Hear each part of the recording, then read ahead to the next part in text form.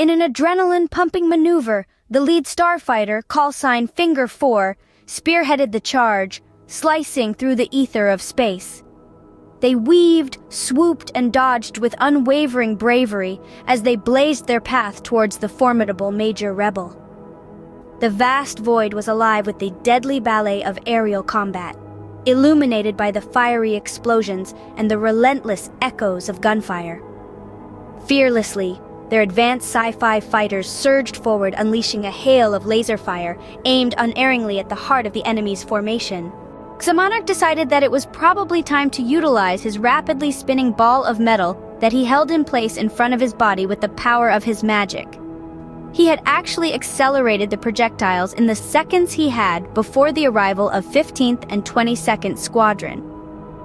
Alley Cat was in the process of depressing the trigger button when he saw that his target had hurled the sphere of spinning projectiles in his direction. He barely had time to exclaim, "Break! Brea!" The concentrated spinning globe of pistol, rifle, machine gun, and cannon rounds remained cohesive as it shredded its way through the fuselage of the F-63 Avenging Angel. Alley Cat was dead. His body was chewed up by the sphere of shots and sprayed into the wind, along with small fragments of metal from the plane. Large pieces fell, burning to the ground. Xamonarch used his full concentration to then direct it from the first exploding aircraft at the second. Sly Cat reefed his machine sideways in a maneuver that he had been reprimanded for at flight school. "You will rip the wings of an angel doing that," the instructor had said to him when he first attempted it. Nevertheless, today's situation was calling for extreme measures. Callsign Sly Cat was an accomplished ace, but even he could not avoid the uncanny psychic guidance of Xamonarch's formed weapon.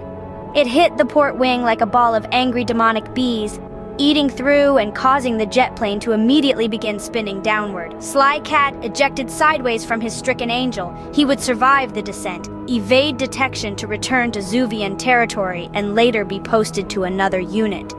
Slick Cat and Top Cat were obliterated by Xamonarch's flying ball of bullets. In the short time that followed, Manx Cat, Bad Cat, Wild Cat, Cool Cat, Red Cat, Black Cat, and Crazy Cat were all destroyed. The explosions staggered in the sky like a fireworks display. The second squadron of Avenging Angels was following in from behind. They were aware of the situation as it was happening, but was too far away to try to intervene.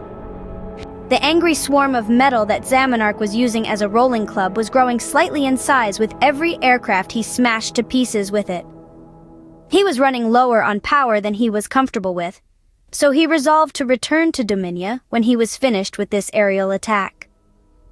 The Caracaras did not have any hope of avoiding it.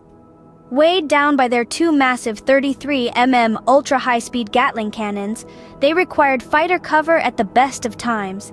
It was not very long before their armored airframes suffered the same fate as their escort. "Papa Bear, this is Grizzly Bear. Request permission to break." Call sign. Grizzly Bear's voice was so rapid that if Brown Bear were not thinking the same thing, he would not have understood it.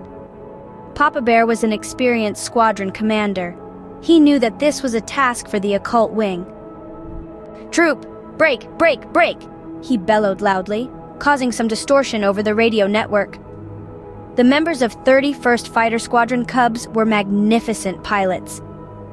Only 3 of their number was taken out before Xamonarch felt that he had expended enough energy for the day and had to return to the safety of Dominia, indeed even to sleep.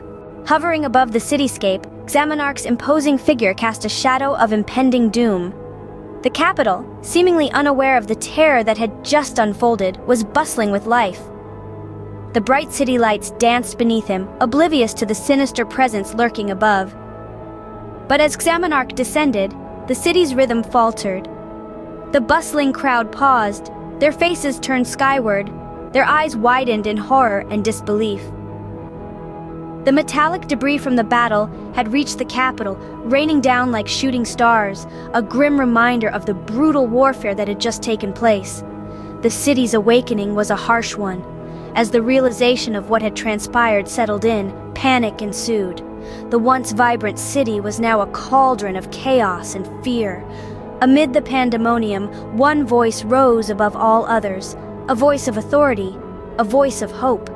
It was the city's mayor, rallying his citizens, urging them to stand strong in the face of adversity. "People of the capital," his voice echoed through the city, "this is not the end. It is but a battle lost. The war is far from over."